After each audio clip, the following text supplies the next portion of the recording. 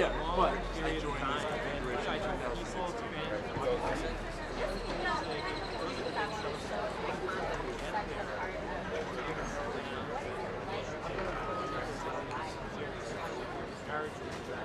Joyful. I mean, when you see the audiences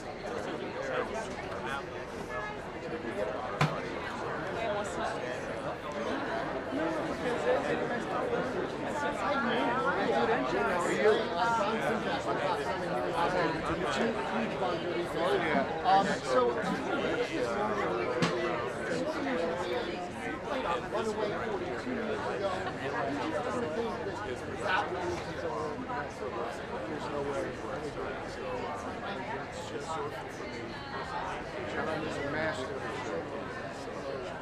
changing what he needs to change to remain relevant in his own mind.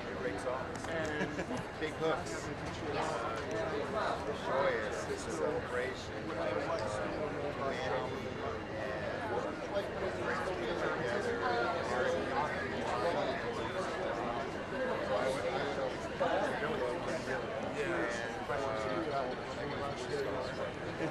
And he's a big picture man. He knows how to like play emotional watching. You guys have new music out today. Tragedy or What do you think it's a rock album, and it's, as John said, I agree with him, it's the best thing we've done in 20 years. The writing, the songwriting, the playing, the sound of the record is amazing. Chris Lorel's mixed it, and it's just... This year's on the road. What is the change for you? What doesn't change? I think what doesn't change is the joy, especially when you work on a new record, is getting the opportunity to see the fans start to own the songs, sing the songs live, and the first time you play the songs live, see the fans connect to them and sing them back. Because that has nothing to do with chart position or money, it's just the sheer connection of doing what we love and connecting with people who love it. And your mic is on now. Which one was the best moment to remember during making the movie? And what was the top? Yeah. Well, I mean, things like for example, Evernight were fans of the beginning of the band, the inception of the band. And as myself as a musician, kind of growing up with them and seeing them finally, certainly for Evernight, getting to play live with the band and part of the long legacy. It's fantastic. You see it from a different place than just being in the studio and making the records and writing the songs. And now, forever not playing in the band is very exciting. Thank you so much. Hi. Everett, how are you? Yes, I'm good. I love Holidelic, by the way. Oh, wow. I lived in New York for 8 years. Ah. I want to see it again. But I do want to ask you about this band. What was it like to have the Bon Jovi story told this way? You're someone that joined the band kind of in the later years. What was it like to see that coming back?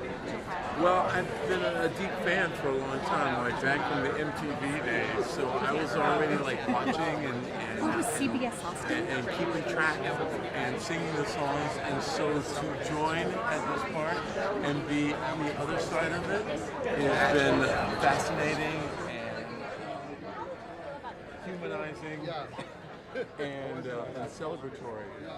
Definitely. It's personal, it's raw from what I understand. What was it like? When CNN interviews him too, I'll put my mic up there. It really, I have grown to realize how deeply human and real that John is.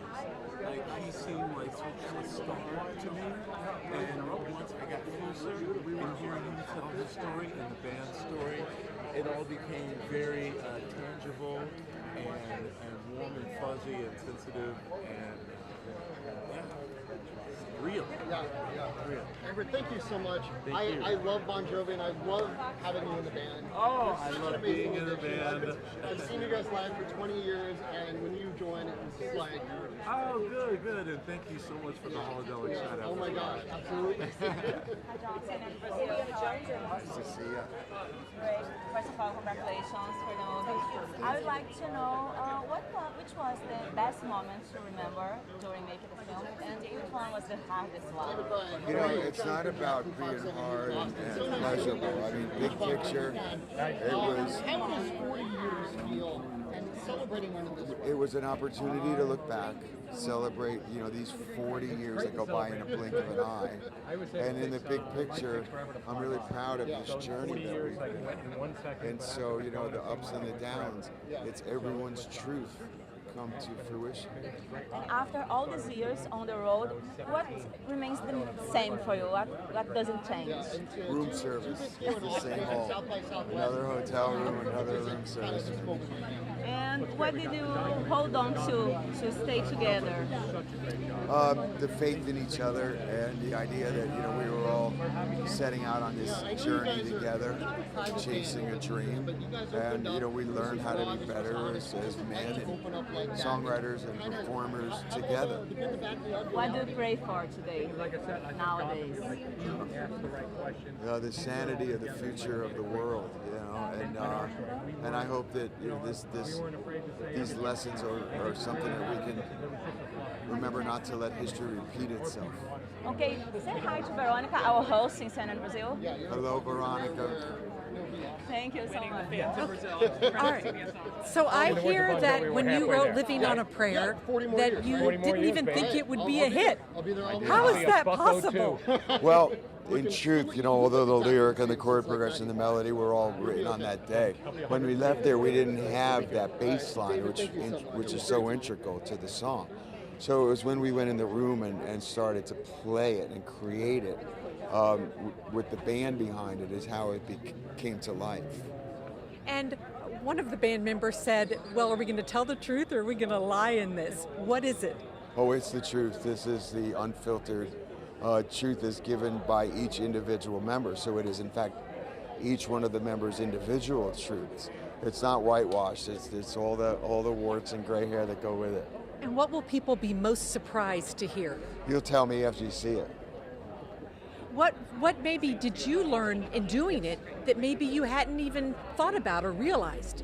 I don't know that there's anything that I was realizing after the fact, other than 40 years goes by in a blink of an eye. Best memory. Every day we're making memories. Thank you. John, so nice to meet you. Jonathan Jack, Fox 7 Austin. How big of a deal is today? 40 years, new music out, and you got this documentary. What's going through your head right now? Well, you know, with one eye looking back on these 40, and it's also the release date for the new single on the new album. So, you know, you were able to celebrate the past and celebrate the future on the same day. This is me saying thank you to God for the opportunity. Yeah, you guys were really raw, really personal, really honest in this movie, and you've been kind of a private band over the years. What was that like to open up about Richie leaving, about some vocal cord issues that you had? What was that like? Honest. You know, I mean, if nothing else, we're here to tell the truth. Yeah. And like I said, you know, 40 years is something worth celebrating and looking back on. But we don't rest on yesterday. It's about yesterday, today, and tomorrow. What can people expect from this new music? I know you have the album out in June, right? Yeah, the single hit the street today. It's called Legendary. Love it. Thank you. And you know, it's a record where joy is prevalent. I mean, unadulterated joy is really prevalent throughout the record, and I'm excited by that. You know, the last album I loved just as much, but 2020 was about a world that all of us behind the camera, we all lived that moment together. I had to write about those things. It's a different time, it's a different subject matter, it's a different me. And that's one of the magic components about Bon Jovi, is that it's been my life, our lives. This is what we're living together. This is what you write about, and that's why people keep relating to that journey. Yeah, and lastly, to be here in Austin at South by Southwest, you guys have been here before. You were at the Moody Center a couple of years ago. Saw you signing Hampton water bottles, I think, about a year ago. But what's it like to have this movie premiere here, and what do you love about Austin? You know, I like Austin. I like the eclectic feel of what this city is and this festival is, and so whether it's music, movies, tech, South by always embrace it. I think it's, of course, the most progressive city in Texas, and so the opportunity to come here and premiere it sounded like a good one. Yeah. All right. Sean, congratulations. Any good food in Austin?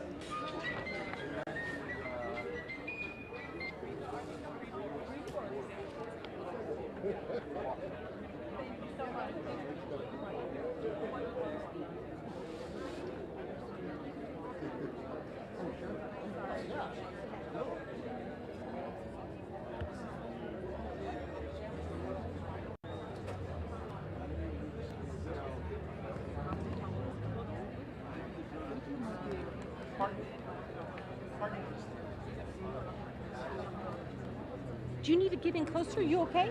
I'm okay. Just I think this time just a little bit.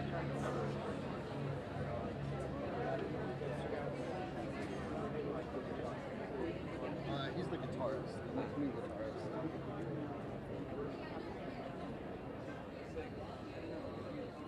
The one band member I missed was Tico, my dog. I don't know if I'm this guy short.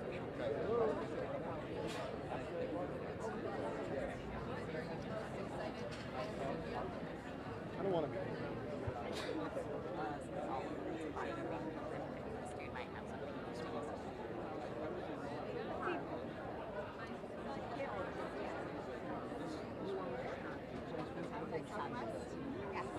Hi. Good afternoon. How are you? I'm excited. All right, tell me, the truth or a little sugar-coated? No, it's not a fluff piece.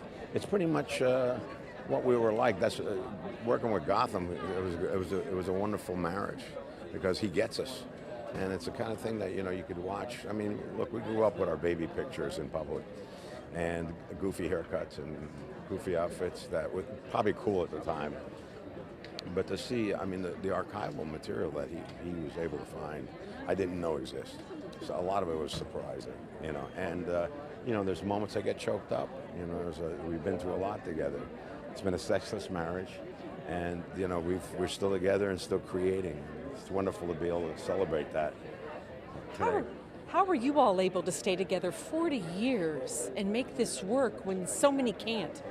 I guess we have the same goal, and the older you get, I feel the only thing that breaks time for me, I'm 70, but I feel 16 when I play. So it keeps me young. And I think we all decided, we're from a blue-collar neighborhood where it's a work ethic. It's about just going out there and play your heart out and create your heart out and work your heart out. So no matter what you do, give it 100%. What do you think about South by? I think it's really cool. Yeah, I'm going to come back here and actually enjoy it. I did not know that it was so music heavy and film heavy altogether. We are the live music capital of the world. It's pretty cool. I mean, look, I'm a big Willie Nelson fan. He taught me how to play golf. I mean, I love this town, and I love the fact that it is music.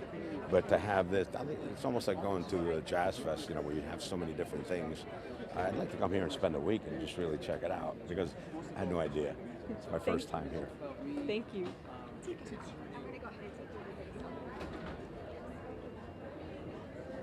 What? You have to grab him. Yeah, she know. That's what you're here for.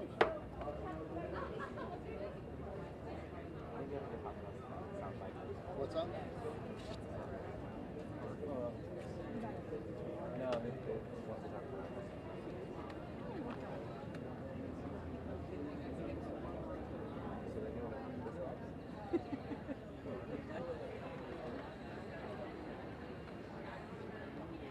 David Bryan, he's been with them forever, right? What's that? David Bryan has been with them forever. Yeah, and he and John played together even before when they were like teenagers. Oh my gosh. You want film? Can we get David Bryan? I think everybody else is wrapped. He's the last I have. You're okay to say now. Just can we talk about that? And is Tico available really quick? It's everyone else is gone. Okay. Can we grab? So yeah. Yeah. Put easy guitar. He said they already went through it.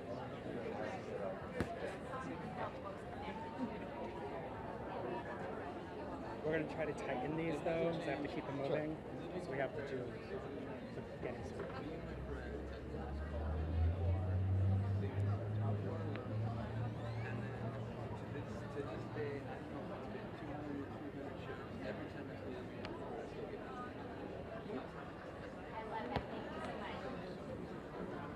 CNN? How are you? Congratulations. Thank you very much. After all these years on the road, what keeps the same for you? What doesn't change?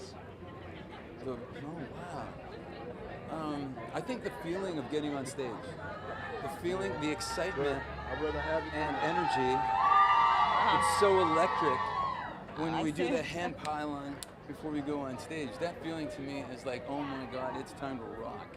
So when we get on stage, that'll never die. It'll never die. And what's the best moment to remember during making the film? I want to say, wow. I mean, watching it. Making it is one thing, okay? Because you don't realize we're talking like this, right? And then it ends up in a documentary. So doing this right now, you don't really sense what are they going to keep, what are they going to scratch, it's that kind of thing. So when watching it and seeing the final work up there on the screen, to me it was like, I was blown away. I think it was so well done. I think the editing was fantastic. I think whoever put it together did such a great job to represent the band and the fans and the music. It was like, it's really incredible. Thank you so much. No, you're welcome. You get to take the lead. John Krinjak from Fox 7 Austin, huge John, Bon Jovi fan. Oh, cool, I'm man. great. How are you doing? I'm good. How exciting is it to have this premiere here in Austin at South by? Dude, I love South by Southwest. I've been here many times. And when they told me we were coming here for this thing, I was like, all right, man. And it's funny because when you tell people you're going to South by Southwest, it's only been the last, I was at another documentary premiere for Hired Gun. That was in South by Southwest, like, I don't know, 2000 something, sorry. And so being here for this and being more involved, like this is the band that I've been playing with for 11 years. Yeah, you're not just a hired gun anymore. Right. See, we need part 2. Right. But to me, it's just been an amazing feat, and because I was a fan before, and I've said it a few times, when we play Living on a Prayer, I still get goosebumps because that was a song of my youth. And I bought tickets to see the New Jersey tour in Toronto, Canada, at the CNA Grandstand. That isn't even there anymore. And looking down and seeing that band and now being in that band, to me, it's like, it's almost like a dream come true. Yeah. It's almost like surreal. Like I'd wake up in the jet and look over and I go, hey, it's John Bon Jovi. Dude, you're in the band. It's kind of like that. Still. Yeah. Do you think fans will be surprised by anything in the documentary? Were you surprised to see the way the story was told? I was, but it's an amazing surprise. I was overwhelmed. I found it the way it was edited, like I said, riveting. Like the way they go from, I don't want to say too much until people see it, but I was just like, as an audience member, I was like captivated the entire time. It's really amazing. Yeah. Excited to get back out on the road? I'm so excited to get back on the road, man. I just want to get on stage again. Because it's our best times, We get on stage, and the catalog of music, right? Yeah. Come on. Some of the best songs of all time, rock and roll. Favorite one? Okay, so there's the two. There's the Living on a Prayer because I get goosebumps. Yeah. It's so electric. But when we played in Toronto, my mom came to see us a few times. And just seeing her in her seat beaming while we're doing like Wanted Dead or Alive. Yeah. And John had let me sing the second verse for her. Yeah. What was that like? I can't talk now because she's not with us anymore. But no, it's super emotional, super amazing. Yeah. I flew over to London to see you guys the promo show? in 2019. Oh, wow. At Wembley. and you guys played Always, and you freaking killed it. Oh, thank you. I heard that a lot. That was a good night. I mean, all the stars aligned and entered my hands, and it came out. I mean, I got so much fan mail about that solo and Always. And then, you know what? It's funny because you feel it out, and John is the guy. He's the conductor, right? And you're taking a solo, and you think, okay, I'm set. All I want to say, and then you look at John. He's like. And you're like, dude, I don't know what else. Okay, I'll do it. If you were faking it, I couldn't tell. Oh, thanks, man. Well, thank you so much for talking. We appreciate it. Congratulations on the film. Thanks, John. Appreciate it. Nice to meet you. Okay, yeah. Tag Robbie and Sarah.